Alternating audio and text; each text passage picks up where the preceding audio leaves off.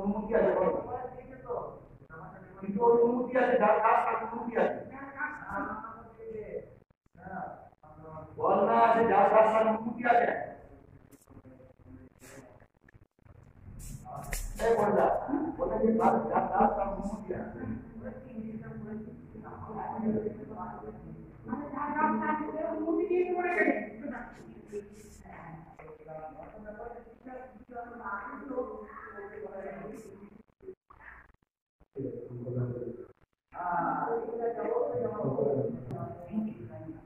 চালটা ঘন্টা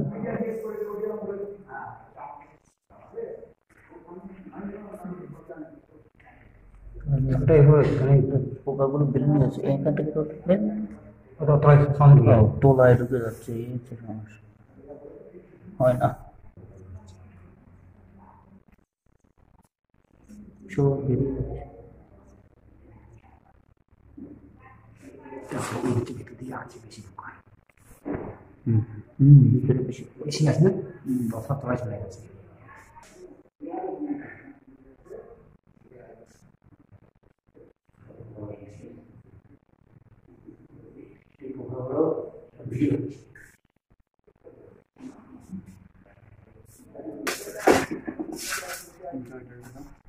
তোলো হাতে করে নাড়ো ওইটুকু নাড়ো না ছবিটা উঠবে হ্যাঁ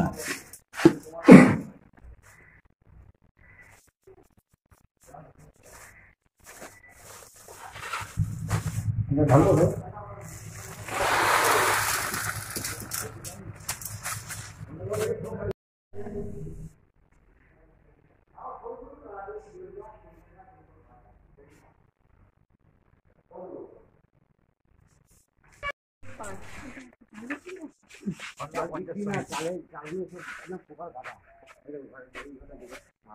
যখন দ্বিতীয় অবস্থাটা খুললি খারাপ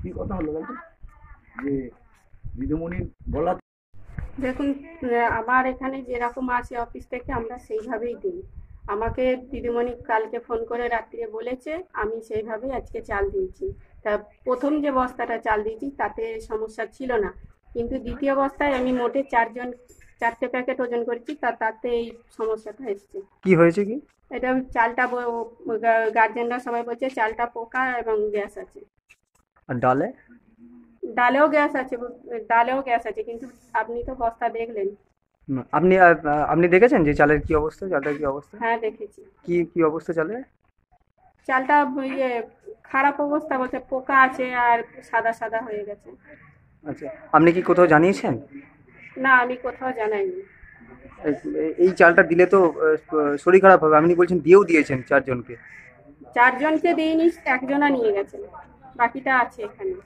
আচ্ছা আমি যে আসছে তাকে ওজন করে করে দিচ্ছি হ্যাঁ এই চালটা দিলে তো শরীর খারাপ হতে পারে বাচ্চাদের দেখুন আমাদের দিদিমণি যেরকম বলেছে আমি তো সেইভাবেই দিয়েছি হ্যাঁ কিন্তু আপনি তো দেখেছেন দেখেছি কিন্তু আমাকে দেওয়ার অর্ডার দিয়েছে আমি অর্ডার দিয়েছি তাহলে আপনি কি করে ওই চালটাতে পোকা লেগে আছে তাহলে আপনি কি করে দিলেন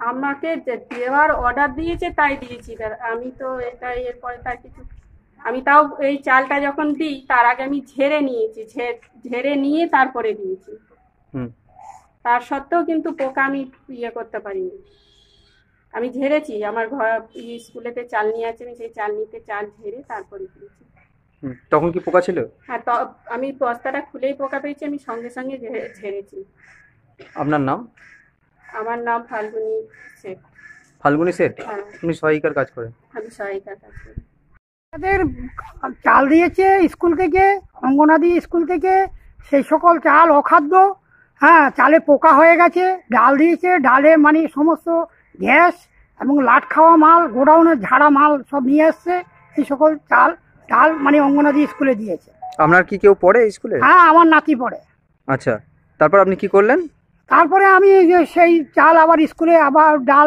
মানে বাড়িতে গিয়ে খুলে দেখছি দেখার পরে ওগুলো আবার ফেরত নিয়ে এলাম এসে দেখছি যে এই পরিস্থিতি এগুলো তো অখাদ্য দিদিমণিকে দেখালাম হ্যাঁ দিদিমণি তো নেই হেল্পার আছে দিদিমণি নেই দিদিমণি বেশ কিছুদিন থেকে আসছেন না হ্যাঁ দিদিমণির সঙ্গে কোনো দেখাশোনা নেই ও হেল্পার বললো আমরা কি করব হ্যাঁ আমাদের যা দিয়েছেন আমরা তো তাই দেব, আমরা পাবো কোথায় এই সকল।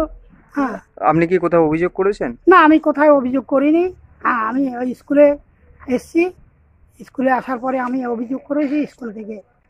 কিসের কিসের দেওয়া হচ্ছিল এই চাল ডালটা, কি কি উদ্দেশ্যে দেওয়া হচ্ছিল? চাল ডালটা বাচ্চাদের খাবার দেওয়া হচ্ছে। বাচ্চাদের তো স্কুলে এখন স্কুলে তো তারা আসে না লকডাউনের পর থেকে, তাদেরকে খাবার দিচ্ছে। মিড ডে সরকার। মিলের খাবার? হ্যাঁ মিড ডে মিলের খাবার। আচ্ছা, কি চাইছেন আপনি? আমি চাইছি যেন ভালোভাবে জিনিসটা যেন ভালো, বাচ্চাদের খাবার যেন ভালো দেয়া হয় এরপর থেকে।